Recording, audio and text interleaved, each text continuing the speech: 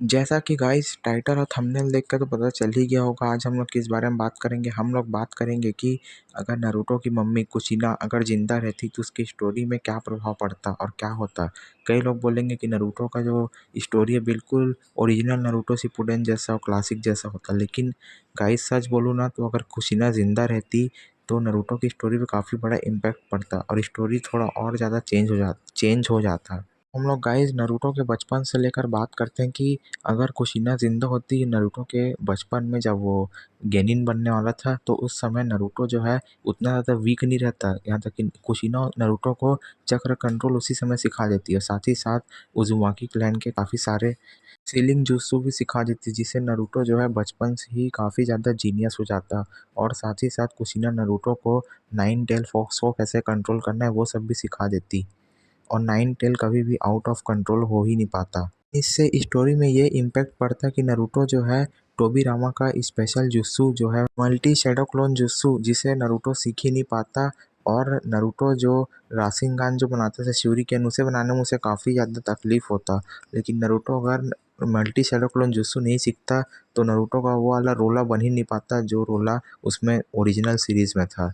लेकिन नारुतो फिर भी उज़ुमाकी क्लैन के काफ़ी ज़्यादा वो जुत्सु जो कि उज़ुमाकी क्लैन में बैन है वो सब तो सीख ही चुका रहता और साथ ही साथ नारुतो सीलिंग जुत्सु में भी माहिर रहता, लेकिन उसके पास उज़ुमाकी क्लैन के काफ़ी बेस्ट बेस्ट जुत्सु रहते, जिससे उसे मल्टी शैडो क्लोन जुत्सु इस्तेमाल करने में उतना कोई मतलब भी नहीं रहता। वो normal multi shadow clone jutsu इस्तेमाल कर लेता है, ज़्यादा से ज़्यादा एक या दो क्लोन वाला, उसके लिए उतना भी बहुत काफ़ी रहता।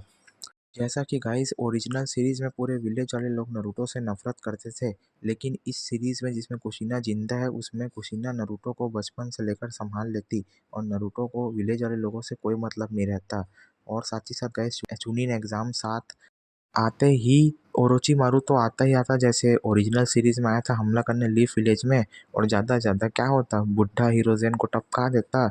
और वही नॉर्मल सीरीज के जैसे हीरोज़न के टपकने के बाद हम लोग को जिराया का एंट्री होता। उसी समय नारुतो जिराया को अपने टॉप नोच ठरकी जुत्सु से पटा लेता और उसके बाद जिराया जो है नारुतो को गान रासेंगान सिखा देता और नारुतो काबूटो को वही ओरिजिनल सीरीज के जैसे पेल देता। उसके बाद फोर्थ होकागे के निपटने के बाद सुनाडे सेंजू को फिर होकागे बना देंगे। सास्के जो है नारुतो की नए नए पावर्स को देखते हुए उसे जलने लगता है कि ये लूज़र जो है अच्छे अच्छे टोट्स को समन कर लेता है, चक्र कंट्रोल में भी मास्टर है, राशिंगान भी सीख लिया, प्लस जिराया जैसे लेजेंडरी सानेन का स्टूडेंट भी है। ये सब चीज़ देख देख के सास्के खून खून खौल उठता और बौला जाता कि मैं इटाची को मार नहीं पा रहा हूँ और ये लूज़र दिन व दिन ताकतवर से ताकतवर बनते जा रहा है। उसके बाद सास्के जो है ओरोचिमारू के ग्रुप में मिलने के लिए उस लीफ विलेज को छोड़ देता है और साकुरा उसे रोक भी नहीं पाती है। साकुरा क्या कर सकती है भाई, वो तो कचड़ा है, वो कुछ कर ही नहीं सकती। वो बस नारुतो क्लासिक में एक काम बस अच्छा ही थी, बस आंसू बहाना और सास्के मेरा सास्के करके रोने के लिए। चलो यार आगे बढ़ते हैं और कहानी में। उसके बाद सास्के के लीफ विलेज छोड़ने के बाद लेडी सुनाडे जो है एक नई टीम बनाती है गेनिन का, जो कि सास्के को वापस लाएंगे। और ओरिजिनल सीरीज़ के जैसे ही हम लोग के गेनिन टीम जो है फेल हो जाती है सास्के को लाने के लिए।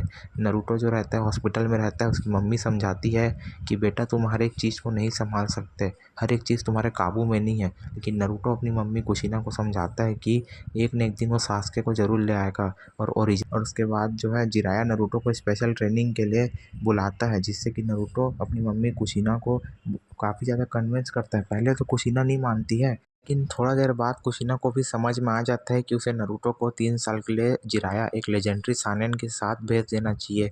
और ओरिजिनल सीरीज़ की जैसे ही नारुतो 3 साल के लिए जिराया के साथ पूरा वर्ल्ड में स्पेशल ट्रेनिंग के लिए चल देता है, जिससे कि नारुतो 3 साल बाद आता है और अपनी मम्मी से मिलके काफ़ी ज़्यादा खुश हो जाता है। उसके बाद नारुतो शिपुडेन चालू हो जाता है।